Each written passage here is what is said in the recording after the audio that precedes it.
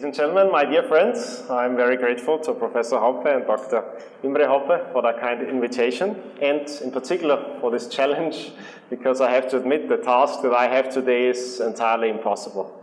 You can't even understand Iran in a lifetime, not to speak of 30 minutes. But I try my best to give you some background to the Iranian mindset.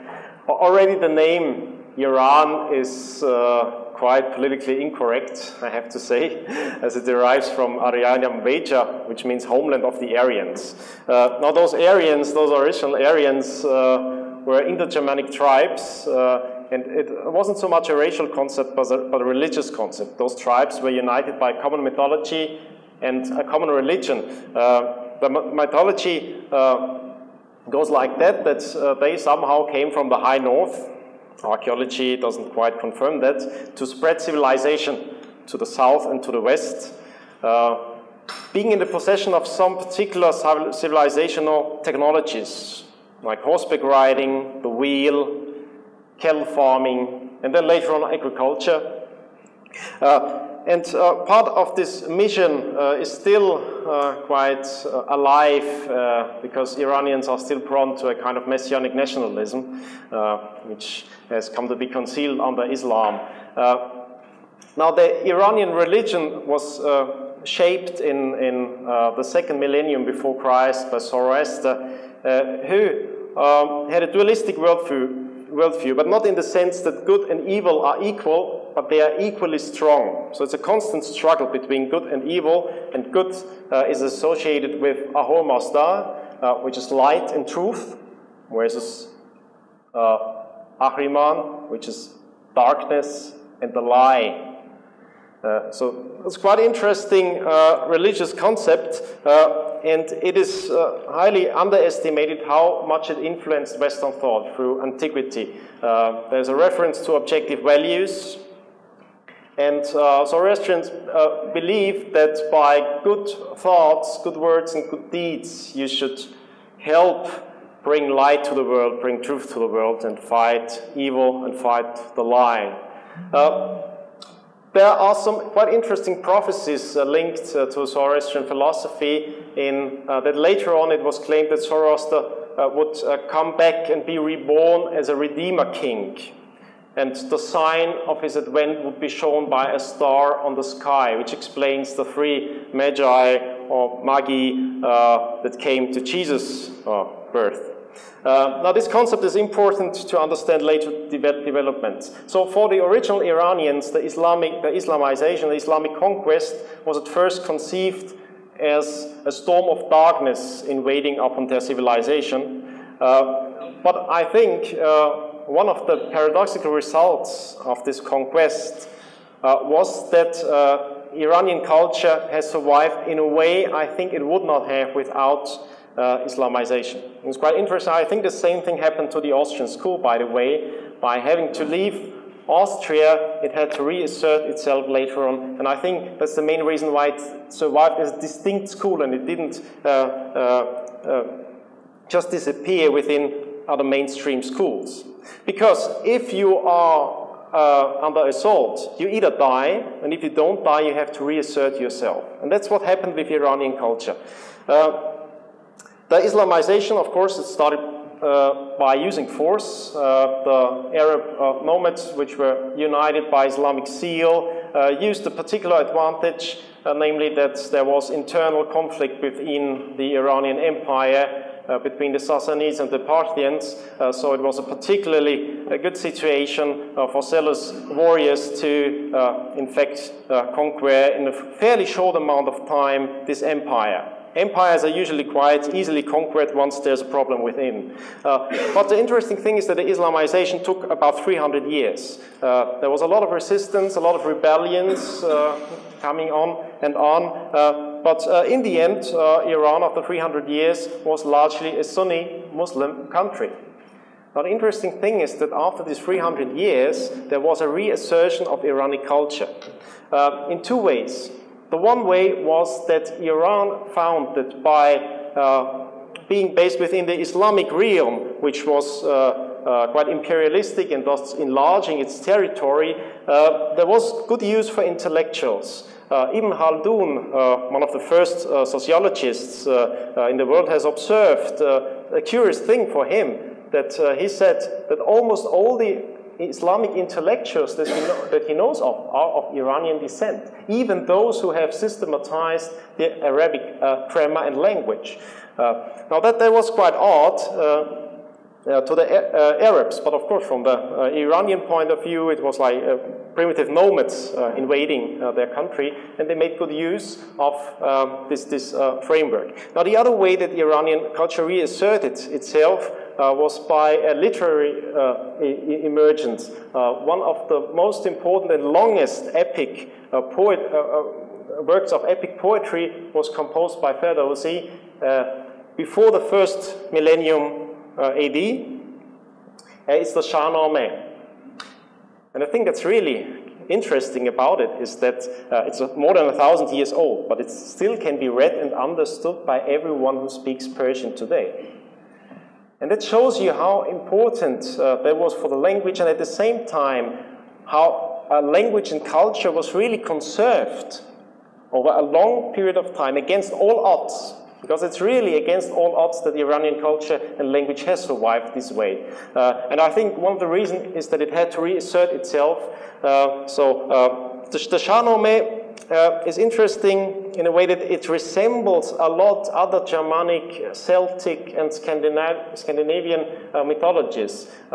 It's a story about kings and the heroes are knights, and they're following virtues, objective virtues.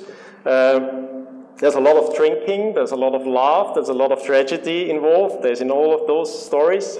But they're very succinct and very different from what you would expect from Islamic poetry, even though it was a time where Iran was formally Islamic already. Another odd thing to reassert Iranian identity was the adoption of the Shia faith. How did it come about? One would have expected Iran to to somehow disappear in the Ottoman Empire. Maybe conserve some of its language and culture, but as a political entity to disappear in a larger Muslim realm. Now, oddly enough, a militant Sufi order arising from the region of Azerbaijan, the Safaviya, decided to enforce Shia Islam on Iran, also by force. It was a forced conversion, but Shia Islam somehow attached to former Zoroastrian elements in a better way than the Sunni Islam. Now, from the Shia perspective, what's the difference to Sunni Islam? From the Shia perspective,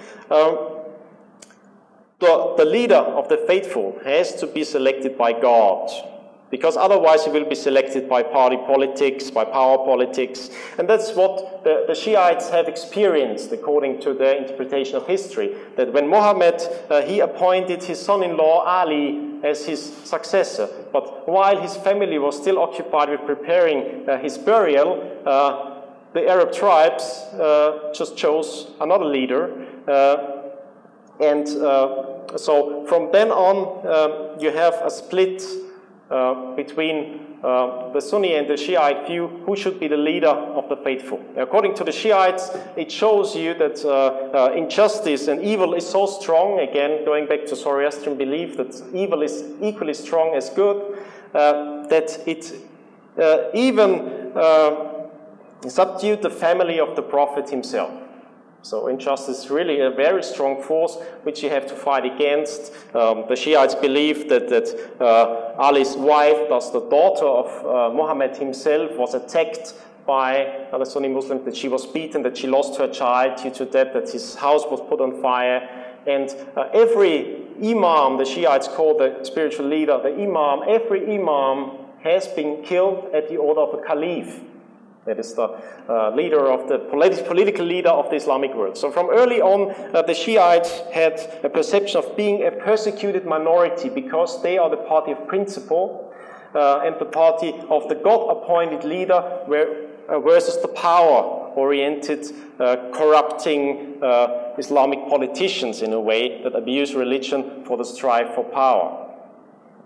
So being a minority within Islam played out very well for the Iranian mindset by feeling themselves to be a minority amongst the incursions of the Arabs, which of course in the beginning tried to eradicate the Persian language and replace it with Arabic, which is the language of the Quran, thus a holy language.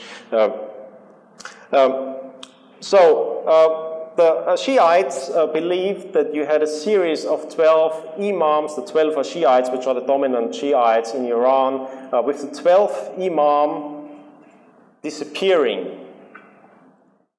They also believed that the younger son of Ali, who tried to engage the other Muslims and tried to reassert the leadership of the family of the Prophet, was murdered as all other descendants of Muhammad who claimed their right to leadership. And he was murdered because even his own followers left him because of fear.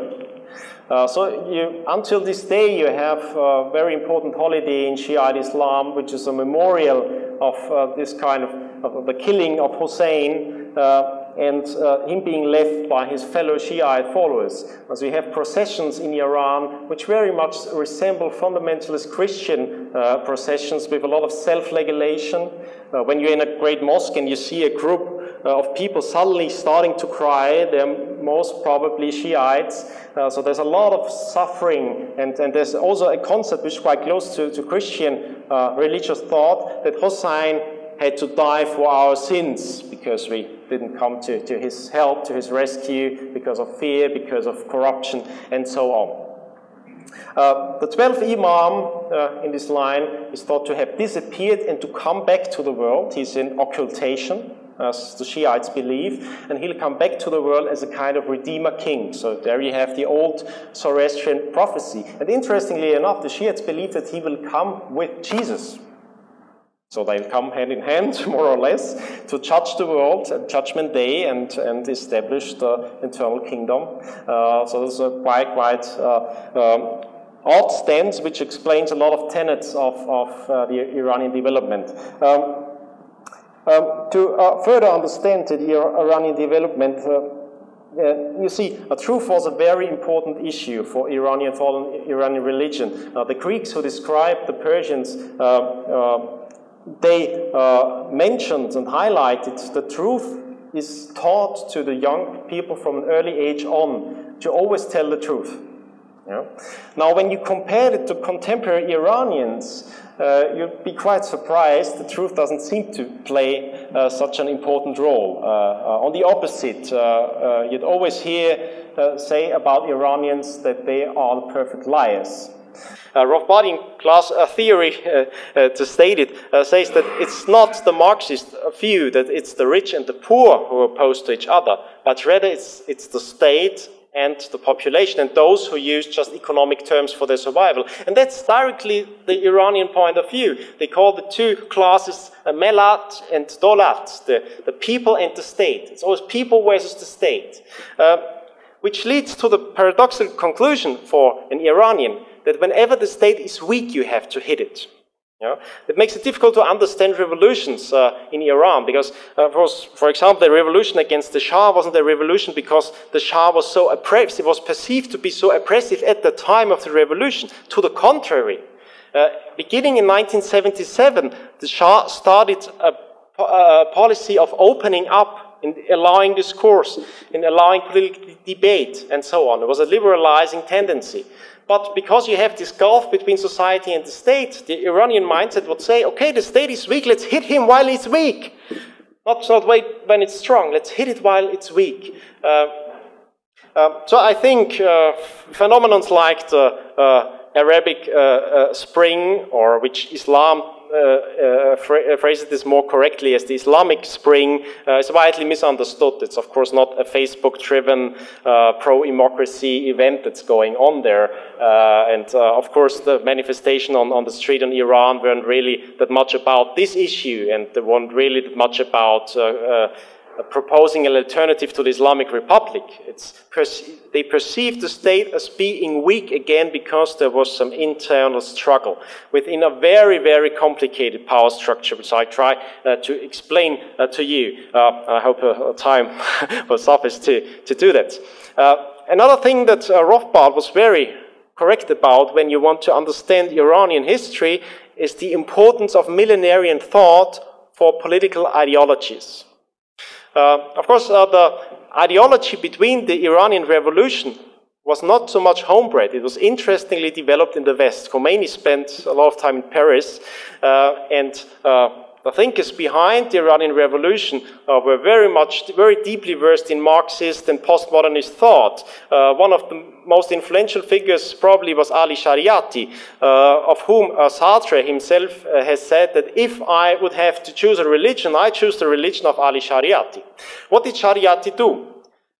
He picked up anti-imperialism and other kind of leftist, anti-Western thought, and he said to himself, well, we've got this problem, we can't make a Marxist revolution work in Iran. And he perceived without explicitly telling so, because we don't have these classes. We have a different class theory. It's not the rich versus the poor. It would be impossible to have a Marxist revolution in Iran because people know, okay, either you're with the state or you're against the state. It's not between the population. It's not different interests of the population. It's always the interests of coercion versus the interest of the people. So the only way to have that kind of revolution was somehow linking it to the strive of Iranians for justice, which was very much linked in Zoroastrian thought and is of deep importance in Islam and in particular in Shiite Islam. And to somehow link it to the martyrdom of Hussein.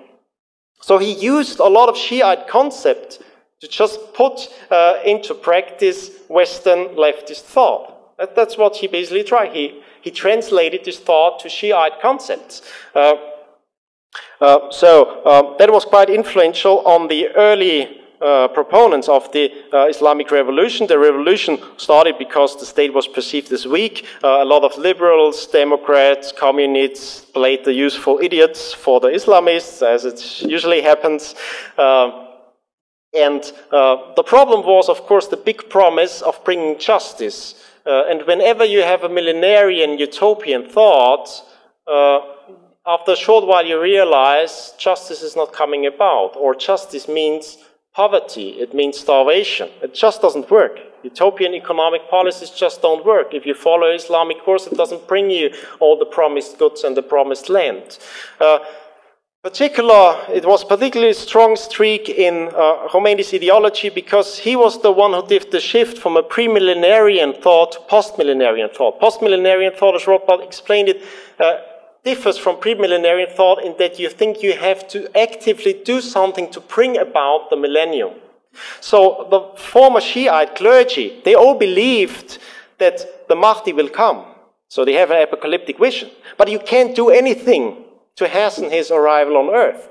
So better you abstain from politics, because politics as it is today, it's always be unjust, it's just not the right politics. For right politics you have to wait for the Redeemer. You can't have a good, a just policy now. So it's only the post-millenarians who think you have to do something in the present in order that the Redeemer will come. And you can do something so that he will come earlier. And that was the important change in ideology and thought, and what made it so dangerous in the beginning. But of course the Mahdi didn't arrive, which might have been a surprise in the beginning. And then the only thing that helped this Islamic revolution, this Islamic Republic to survive was the devil himself, as you might say, and in the eyes of Khomeini, he was very glad that the devil himself interfered because it highlighted the struggle between good and evil, and the devil at the time was Saddam Hussein, who tried to use the weakness of Iran and getting some oil fields, of course, and getting some land from Iran. Of course, Iran was weakened. I mean, you just had a regime change, the military had to be rebuilt in a way. So even though Iran is larger than Iraq, in the beginning it looked like it would fail and would be easy war for Hussein. But then Khomeini realized that you can use all those concepts of the revolution, in particular the martyrdom of Hussein, to instill a new kind of warfare. And it was one of the bloodiest wars in history. What the Iranians did was just send on children to the battlefield as martyrs. So just use the high number of people that they have in contrast to Iraq. And they sent waves of people to block off the missiles and the mines and whatsoever. So it was a terrible kind of warfare. But what Iran learned in this process is that their conventional army didn't really work that well. It was a particular asymmetrical warfare which worked in the end. And that was an important lesson for Iran. Of course, the war as always was the health of the state, and the Islamic Republic could assert itself against all opposition because, as always, if you are in war, a centralized state proves to be a quite useful asset. What happened after the war? The interesting thing, and a lot of things to learn for libertarians from Iran, is that coercion doesn't work.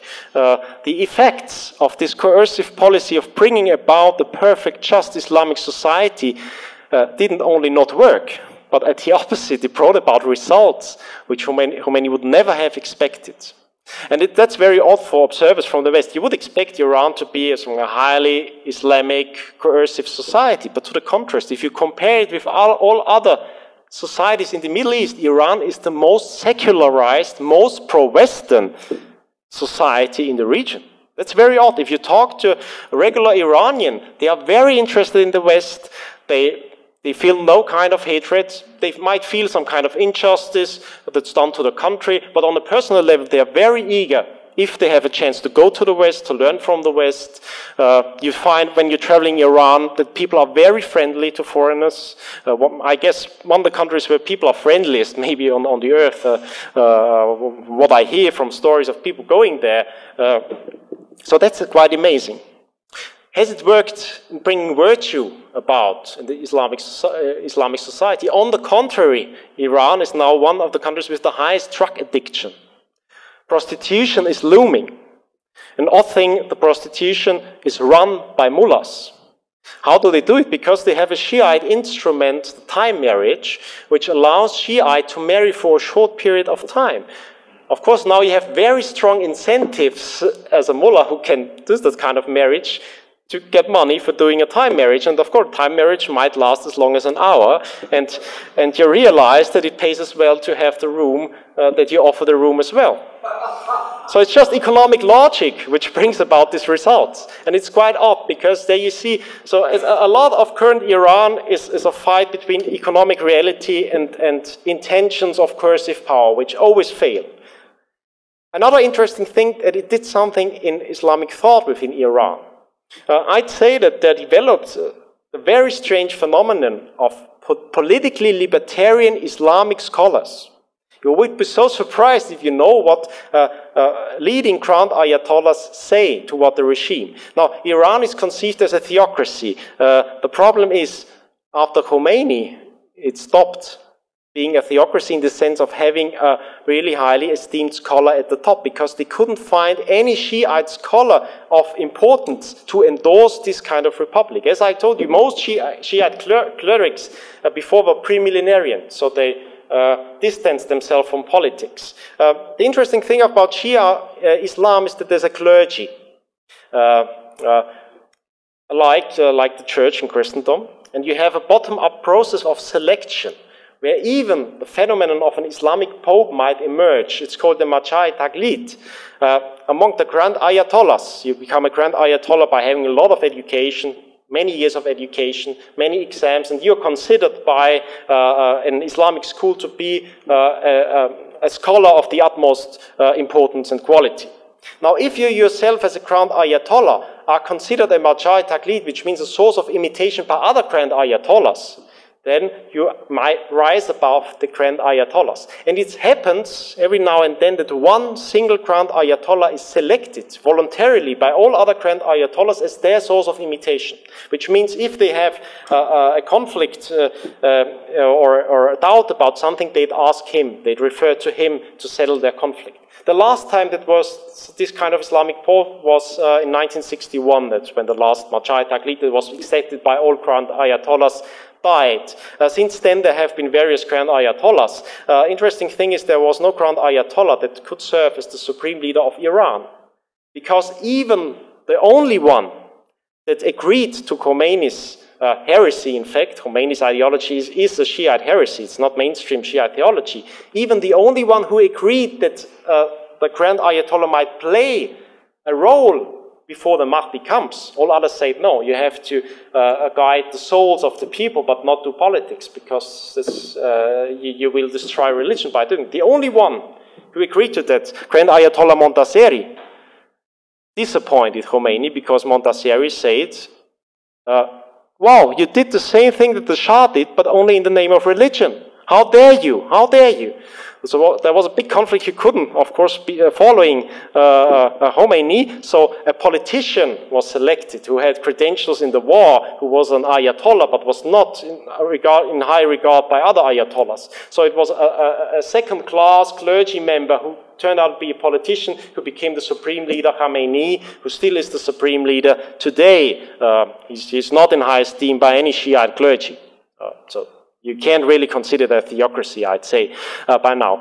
Interestingly, other Grand Ayatollahs were even more explicit in how they judged the Islamic Republic. For example, Grand Ayatollah Yusuf al-Sanei, he said, and I tried to translate it as literally as I can, he said the clergy has lost their holiness because they became part of the power elite. Governing, he says, governing always means lying to your population and stealing from your population. Governing always means that. In his words, there's a Grand Ayatollah Shiite clergy saying that. So if you govern, you destroy religion and you become a criminal. I mean, that's one of the most important Shiite Grand Ayatollahs, who of course is under house arrest, like most other Grand Ayatollahs in Iran. So Iran is actually imprisoning its own clergy. Now, the power conflict within Iran now, it's quite complicated to understand because it's a struggle within the ruling classes. What happened is that, as most Grand Ayatollahs observed, power corrupts. So the saying by Lord Acton, it was validated in Iran, power corrupts. But the interesting lesson from Iran to learn is that power does not only corrupt good principles, power also corrupts bad principles. Of course, those were very principled people in the beginning of the Islamic Revolution. But by using power and by profiting from power and by earning riches, their bad principles got corrupted as well. So now you have people who are leading the Basij and the Pasdaran. Those were paramilitary forces to withstand the Iraqi invasion. You have those people, they ended up controlling a large part of the Iranian economy. And by this way, they became managers. And they became entrepreneurs.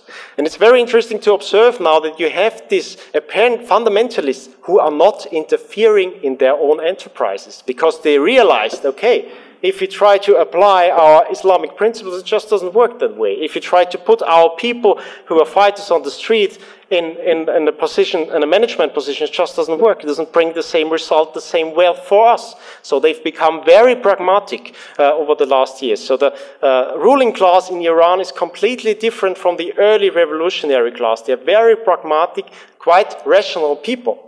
Which surprises a lot of observers in the region. In particular, the Israeli Secret Service are quite surprised how rational their supposed enemy is.